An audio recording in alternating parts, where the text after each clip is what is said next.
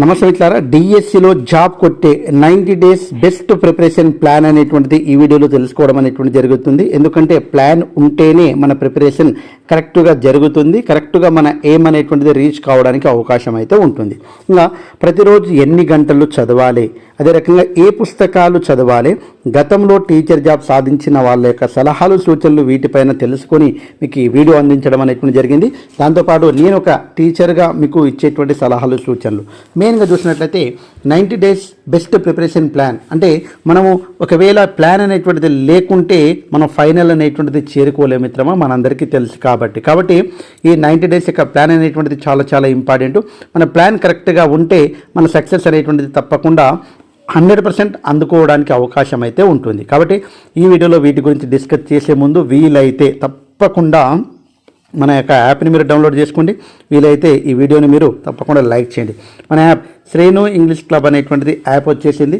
దాంట్లో మనకు టెట్కి సంబంధించింది, అదేవిధంగా డిఎస్సికి సంబంధించినటువంటి అనేక ఫ్రీ మెటీరియల్ పీడిఎఫ్ అనేటువంటిది ఫ్రీగా అందించడం జరుగుతుంది. మీకు డౌన్లోడ్ చేసుకోవడానికి అవకాశం కూడా ఉంటుంది. అదే రకంగా ఇంగ్లీష్కి సంబంధించినటువంటి ఫ్రీ క్లాసులు, అదేవిధంగా ఫ్రీ వీడియోస్ అనేటువంటిది కూడా ఉన్నాయి. కాబట్టి వాటన్నింటిని కూడా మీరు ఫ్రీగా ఉపయోగించుకోవడానికి అవకాశం ఉంటుంది. కాబట్టి తప్పకుండా మన యాప్ని కూడా డౌన్లోడ్ చేసుకోగలరు. మెయిన్గా ఇప్పుడు చూసినట్లయితే డిఎస్సిలో జాబ్ కొట్టే 90 డేస్ బెస్ట్ ప్రిపరేషన్ ప్లాన్ అనేటువంటిది ఒక్కసారి చూద్దామండి. 1 by 1 ఈ అన్ని విషయాలు కూడా తెలుసుకోవడానికి ప్రయత్నం అయితే చేద్దాం. మెయిన్గా 90 డేస్ యాక్షన్ ప్లాన్ చాలా చాలా ఇంపార్టెంట్. ఈ యాక్షన్ ప్లాన్ అనేటువంటిది ఈ 90 డేస్లో కొంతమందికి కొన్ని సబ్జెక్టులు ఈజీగా ఉండొచ్చు, కొన్ని సబ్జెక్టులు హార్డ్గా ఉండొచ్చు. సందర్భానికి అనుగుణంగా మీరు చేంజ్ చేసుకోవడానికి అవకాశం అయితే ఉంటుంది. ఒక్కసారి యాక్షన్ ప్లాన్ అనేటువంటిది తయారు చేశాను, దానికి చూడడానికి ప్రయత్నం అయితే చేద్దాం. కాంటెంట్ ఎస్జిటి వాళ్ళు కావచ్చు, అదేవిధంగా స్కూల్ స్టేట్ వాళ్ళు కూడా కావచ్చు, ఇద్దరికి కాంటెంట్ అనేటువంటిది కామన్గా ఇచ్చాను. 45 డేస్ అనేటువంటిది ఇచ్చాను. అంటే దీంట్లో 45 డేస్లోనే దాదాపుగా మనకు అయిపోగొట్టాలి. 2 నుంచి 3 సార్లు రివిజన్ కూడా ఇక్కడనే అయిపోవాలి మనకు, including all revision parts. Okay, final revision కోసం మళ్ళీ డేస్ కేటాయించాను నేను. కాబట్టి కాంటెంట్ 45 డేస్ అనేటువంటిది తీసుకోవడం అనేటువంటిది జరగాలి. కాబట్టి కాంటెంట్లో తప్పకుండా ప్రతి ఒక్కరికి కూడా 1-2 మార్కులు మాత్రమే కోల్పోవడానికి అవకాశం ఉంటుంది. కాంటెంట్ మేజర్ రోల్, కాంటెంట్ ఉన్నోనికి కట్అవుట్ పడాల్సిందే డిఎస్సిలో అన్నట్టుగా చదవాలండి. నెక్స్ట్ పెడగాజీ 11 డేస్ కేటాయించాను. కాబట్టి ఈ పెడగాజీ అనేటువంటిది 11 డేస్లో పూర్తి కావడానికి అవకాశం ఉందా సార్ అంటే అయిపోగొట్టాలి, అయిపోగొట్టకుండా ఏం చేయలేము. కాబట్టి తప్పకుండా అయితే ఈ పెడగాజీకి 11 డేస్లో అయిపోగొట్టడానికి ప్రయత్నం అయితే చేయాలండి. పర్స్పెక్టివ్ అండ్ ఎడ్యుకేషన్ 8 డేస్ పెట్టాను ఇక్కడ. ఈ 8 డేస్ అనేటువంటిది చాలా చాలా ఇంపార్టెంట్. 100% అయిపోగొట్టుకోవడానికి ప్రయత్నం అయితే చేయాలి. మళ్ళీ రివిజన్ డేస్ కూడా ఇచ్చాను కాబట్టి. తర్వాత కరెంట్ అఫైర్స్, అదేవిధంగా GK 6 days. Current affairs GK అనేటువంటిది నేను ఏం చెప్తున్నానంటే ఎంత చదివినా అంతే ఉంటుందండి. ఫస్ట్ మనము కాంటెంట్కి preparation, first preparation content, second preparation ఏం చేయాలి పెడగాజీ, థర్డ్ వన్ ఏం చేయాలి పర్స్పెక్టివ్ అండ్ ఎడ్యుకేషన్ అనేటువంటిది చేయాలి. తర్వాత మనం జీకే అండ్ కరెంట్ అఫైర్స్కి రావాలి. జీకే అండ్ కరెంట్ అఫైర్స్కు రోజు ఒక ½ an hour అనేటువంటిది కేటాయించి చదవాలి. అయితేనే మనం రీచ్ కాగలం. మిగతా సబ్జెక్టులు చాలా చాలా ఇంపార్టెంట్.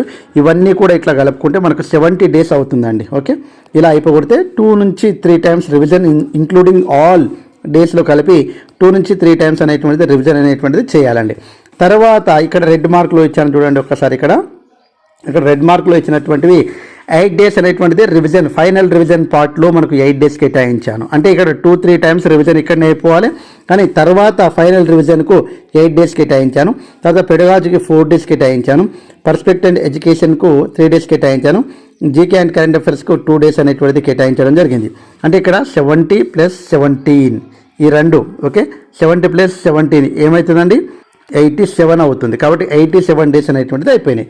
తర్వాత 3 డేస్ ఏంటి సార్ అంటే ఈ 3 డేస్ అనేటువంటిది 8 మోడల్ ఎగ్జామ్ అనేటువంటిది రాయాలి. Very very important. చాలామంది ఇక్కడ మనము ఈ రెడ్ లెటర్ తోటి రాసినటువంటివి ఉన్నాయి కదా, ఇక్కడ మనం ఎప్పుడైతే రివిజన్ చేస్తామో ఆ రివిజన్లోనే ప్రాక్టీస్ బిట్స్ కూడా చేయాలంటే ప్రాక్టీస్ బిట్స్, ఇక్కడ ప్రాక్టీస్ బిట్స్ ఇందులోనే ఇంక్లూడింగ్ అండి. ఇక్కడనే మనం ప్రాక్టీస్ బిట్స్ అనేటువంటిది చేయాలి. రివిజన్ చేస్తున్నప్పుడే ప్రాక్టీస్ బిట్స్ అనేటువంటిది చేయాలి. కానీ గ్రాండ్ టెస్టులు అనేటువంటిది 3 డేస్ కేటాయించారు. దాంట్లో 8 గ్రాండ్ టెస్టులు తప్పకుండా రాయడానికి ప్రయత్నం చేయండి. అన్న 8 రాస్తామా అండి, వీలవుతుందా అండి అనేటువంటిది మీరు చెప్తారు. కానీ రాయాలండి, రాస్తేనే కదా మనము ఒక సబ్జెక్ట్ చదివి ఒక సబ్జెక్ట్ సంబంధించినటువంటి ఎగ్జామ్ రాయడం అనేటువంటిది ఈజీ, కానీ అన్ని సబ్జెక్టులు చదివి గ్రాండ్ టెస్ట్ రాయడం అనేటువంటిది చాలా చాలా ఇంపార్టెంట్. కాబట్టి ఆ రకమైనటువంటి ప్రిపరేషన్ ఉంటేనే మనం సక్సెస్ సాధించగలము. కాబట్టి 3 days అనేటువంటిది దానికి కేటాయించడం అనేటువంటి జరిగింది. 70 + 17 + 3 = 90 days. కాబట్టి ఇది 90 daysకి సంబంధించినటువంటి మనకు ప్రిపరేషన్ ప్లాన్. సార్ మనము డివైడ్ చేసుకున్నప్పుడు సబ్జెక్టుకు డేస్ అనేటువంటి చాలా తక్కువ అనిపిస్తుంది. నిజంగా చెప్పాలంటే టీచర్ జాబ్ కొట్టాలంటే 90 days అనేటువంటి సరిపోతుంది. 6 months అనేటువంటిది కంపల్సరీ ఉండాలి అనేటువంటిది గతంలో చదివిన సబ్జెక్టే కాబట్టి టెట్కు ఇప్పుడు మనకు అనుకూలంగా ఉంటుంది కాబట్టి సరిపోతుంది అనేటువంటిది భావనతోటి. కాబట్టి ఈ 3 months అనేటువంటిది వేస్ట్ చేసుకుంటే చాలా కష్టం అండి. డేస్ చాలా ఇంపార్టెంట్. మరి రోజువారీ యాక్షన్ ప్లాన్ కూడా వేసుకోవాలి కదా. కాబట్టి రోజువారీ యాక్షన్ ప్లాన్ కూడా చెప్పడానికి ప్రయత్నం చేద్దాము, డిస్కస్ చేద్దామండి. చూడండి, రోజువారీ ప్రిపరేషన్ ప్లాన్ అనేటువంటిది ఒకటి వేసుకుంటే టూకీగా ఉదయం 5 గంటల నుంచి 8 గంటల వరకు మనం ఏం చేస్తామంటే స్టడీ ఏదన్నా ఒక సబ్జెక్ట్ తీసుకొని చదువుతామండి. ఓకే, తర్వాత 8 to 9 అనేటువంటిది మనకు టిఫిన్ అండ్ ఫ్రెష్ అప్ అనేటువంటిది అయిపోవాలి ఇక్కడ. తర్వాత 9 to 1 అనేటువంటిది మళ్ళీ స్టడీ, మళ్ళీ చదవడం. తర్వాత 1 to 2 అనేటువంటిది ఇక్కడ ఏమవుతుంది, లంచ్ అవుతుందండి. తర్వాత 3 to 5 అనేటువంటిది మళ్ళీ ఏమవుతుంది, స్టడీ. తర్వాత 5:30 హాఫ్ అన్ అవర్ ఏమవుతుంది, మళ్ళీ స్నాక్స్ కానీ లేకుంటే టీ కానీ బ్రేక్ తీసుకున్నాం. 5:30 to 8:30 అనేటువంటిది మళ్ళీ స్టడీ, మళ్ళీ చదవాల్సిందే. ఓకే, తర్వాత 8:30 to 9:30 1 hour ఇచ్చామండి. ఇక్కడ మనకి ఇక్కడ డిన్నర్ అవుతుంది. అదేవిధంగా కొద్దిగా తిన్న తర్వాత కొద్దిగా అక్కడిక్కడ తిరగడం కానీ రెస్ట్ తీసుకోవడం కానీ అట్లా చేయొచ్చు. 9:30 to 10:30 అనేటువంటిది దాదాపుగా మనకు ఇది కూడా స్టడీ. అంటే ఇక్కడ మోస్ట్లీ మనం చూసినట్లయితే 13 hours అవుతుంది ఈ రకంగా చదివితే.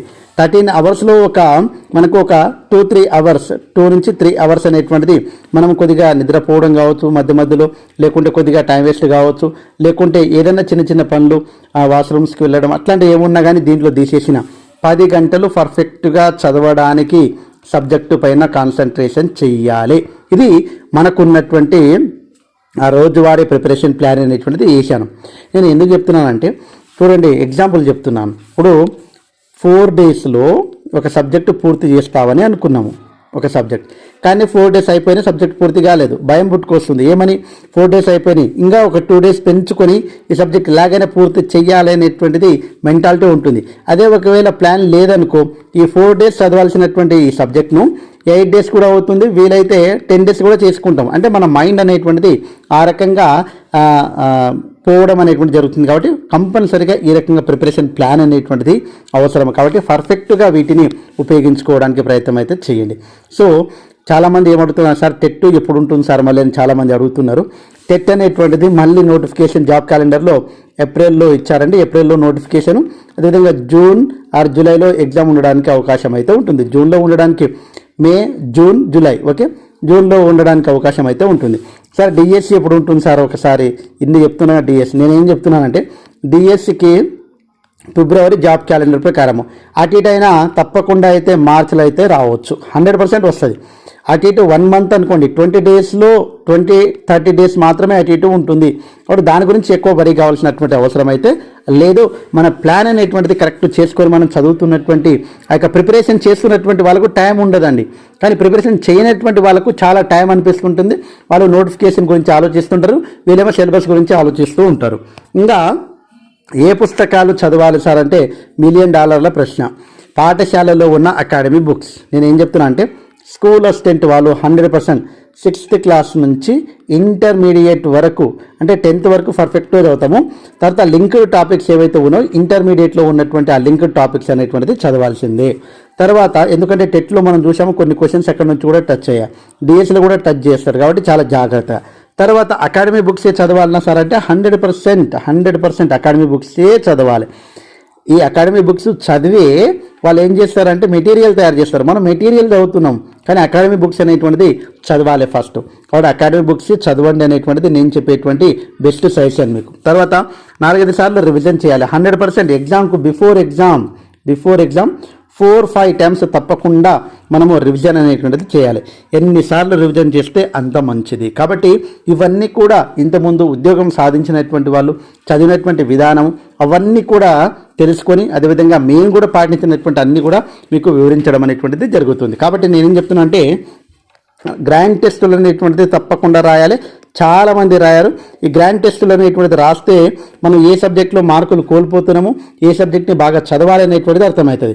ఇంకా మీకు ఒక మంచి రిజల్ట్ అనేటువంటిది ఇప్పుడు వచ్చింది. ఏంటంటే టెట్కి సంబంధించినటువంటి అనేక సబ్జెక్టులు మనకు, అంటే అది టెట్కి సంబంధించింది.